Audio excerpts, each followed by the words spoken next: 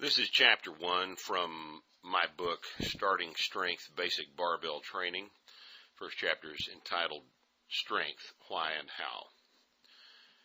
Physical strength is the most important thing in life. This is true whether we want it to be or not. As humanity has developed throughout history, physical strength has become less critical to our daily existence, but no less important to our lives. Our strength, more than any other thing we possess, still determines the quality and quantity of our time here in these bodies.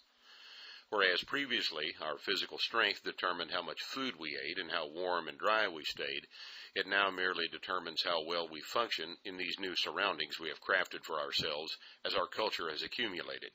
But we are still animals. Our physical existence is, in the final analysis, the only one that actually matters. A weak man is not as happy as that same man would be if he were strong. This reality is offensive to some people who would like the intellectual or spiritual to take precedence. It is instructive to see what happens to these very people as their squat strength goes up. As the nature of our culture has changed, our relationship with physical activity has changed along with it.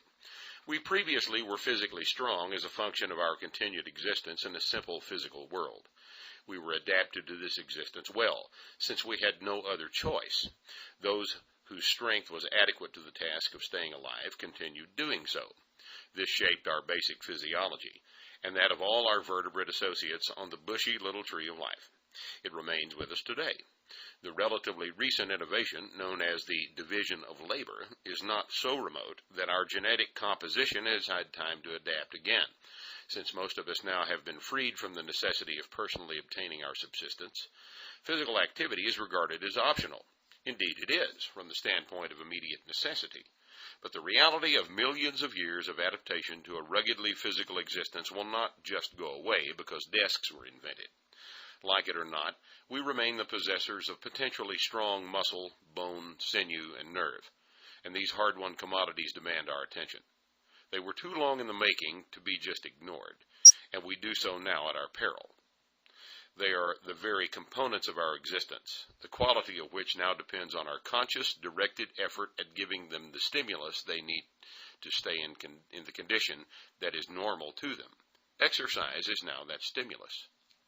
Over and above any considerations of performance for sports, exercise is the stimulus that returns our bodies to the conditions for which they were designed. Humans are not physically normal in the absence of hard physical effort. Exercise is not a thing we do to fix a problem. It is a thing we must do anyway, a thing without which there will always be problems. Exercise is the thing we must do to replicate the conditions under which our physiology was and still is adapted, the conditions under which we are physically normal. In other words, exercise is substitute caveman activity, the thing we need to make our bodies, and in fact our minds, normal in the 21st century. And merely normal, for most worthwhile humans, is not good enough. An athlete's decision to begin a strength training program may be motivated by a desire to join a team sport that requires it, or it might be for more personal reasons. Many individuals feel that their strength is inadequate, or could be improved beyond what it is, without the carrot of team membership. It is for those people that find themselves in this position that this book is intended.